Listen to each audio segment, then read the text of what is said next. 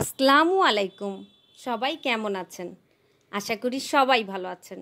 সবাইকে স্বাগতম রুহামাস মামুনি ব্লগসে ছোট্ট একটা ব্লগ ভিডিও দেখার জন্য।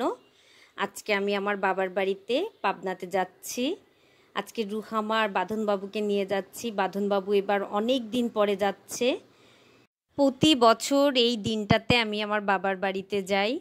আমার বাবার বাড়িতে একটা বৈশাখী মেলা হয়। বছরে বৈশাখ মাসের 4টা মেলা হয়, পুরা এপ্রিল মাসটা জুড়ে। শেষ মেলাটা আমি দেখতে যাই, বেড়াতে যাই বাবার বাড়িতে। প্রতি বছর আমি শেষ মেলাতেই যাই। শেষ মেলাতে আমাদের সমস্ত আত্মীয় স্বজন আসে, সবার সাথে দেখা হয়, বেশ ভালো একটা সময় কাটে আমার। আম্মু মারা যাবার পর থেকে আমি বছরে একবার করে আমার বাবার বাড়িতে যাই। আগে আম্মু বেঁচে থাকতে আমি 3-4 বার 5 বার যেতাম, কিন্তু এখন আর সেই কপালটা নেই। আম্মু মারা যাবার পর থেকে আমি একবার যাই বছরে বাচ্চাদেরকে নিয়ে। কিন্তু এইবার বাঁধনবাবু অনেক দিন পরে যাচ্ছে আমার সাথে, প্রায় 3টা বছর পরে ওর থাকা হবে এবার আমার সাথে 2-3 দিন।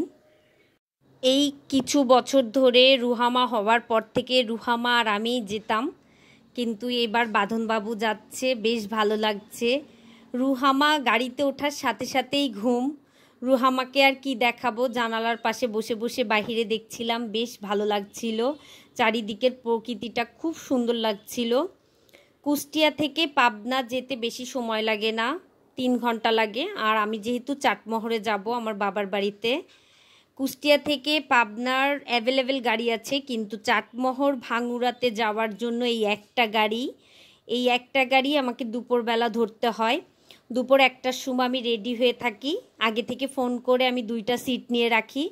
আসার সাথে সাথেই আমি উঠে পড়ি রুহামা আর বাঁধনবাবুকে নিয়ে। আর প্রতিবার যেহেতু রুহামা আর আমি যাই, রুহামা হবার পর থেকে বেশ ভালো লাগে, সবার সাথে দেখা হয়, আনন্দ করা হয়, সেই জন্যই যাওয়া হয় প্রতি বছর বাড়িতে। গাড়িতে ওঠার পর থেকেই মনে হয় কখন পৌঁছাবো। বেশ ভালোই লাগে নিজের মনের কাছে, অনেক দিন পর পর যেহেতু আপন মানুষগুলোর সাথে দেখা হয়। আর কুষ্টিয়া থেকে পাবনা যেতে এই সেতুটা পড়ে আমাদের লালনশাহ সেতু, পাশে আছে পাকশি হার্ডিং ব্রিজ, আর তার সাথেই আছে লালনশাহ সেতু। আমাদের এবার পদ্মা নদীতে অনেক পানি কম, অনেক শুকিয়ে গিয়েছে পদ্মা নদীতে। আর পদ্মা নদীর এখানে আসলে মনটা এমনিই ভালো হয়ে যায়। দূর থেকে রূপপুর পারমাণবিক বিদ্যুৎ কেন্দ্রটা দেখা যাচ্ছে, বেশ সুন্দর লাগছে। আজকে আকাশটাও খুব পরিষ্কার, খুব ভালো লাগছে।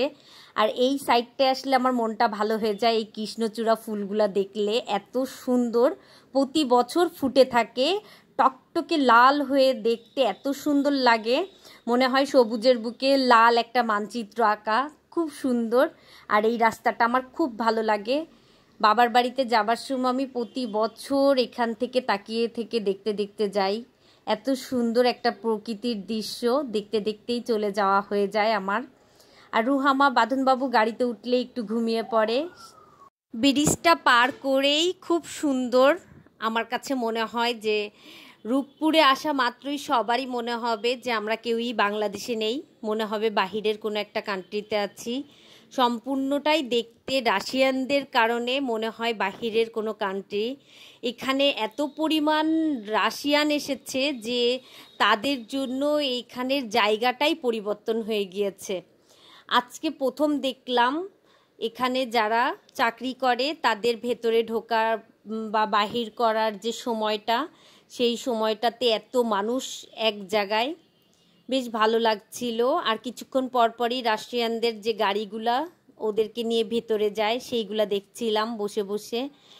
রূপপুরে আসলেই আরেকটা সব থেকে ভালো জিনিস ভালো লাগে, ঈশ্বরদীর মধ্যে ঢোকার সাথে সাথেই প্রচুর লিচুর গাছ দেখা যায়, প্রচুর লিচু হয়ে আছে গাছে। এবার তো একটু কম, প্রতি বছর একটু বেশিই দেখা যায়। পাবনাতে সবসময় আমি বাবার বাড়িতে গেলেও লিচুর বাগানে যাই। আমি বাবার বাড়িতে আসলে প্রচুর ঘুরে বেড়াই, পাবনাতে আসলেই আমি প্রচণ্ড আকারে আনন্দে থাকি। এই কয়দিন আমি প্রচণ্ড ভালো থাকি, খুব ঘুরে বেড়াই। এখানে তেল নিতে আসছে, গাড়িতে এখন তেল নিবে, 15 মিনিটের বিরতি আছে। এই গাছটা আমার খুব ভালো লেগেছে। এই ফুল গাছটা শুনেছি চট্টগ্রাম ঢাকা মহাসড়কে পুরা ভরে গিয়েছে ফুলে। সেই ফুল গাছটা এখানেও দেখলাম, বেশ ভালো লাগলো। বাসায় ঢুকেই রুহামা আর বাঁধনবাবু খেলতে লেগে পড়েছে।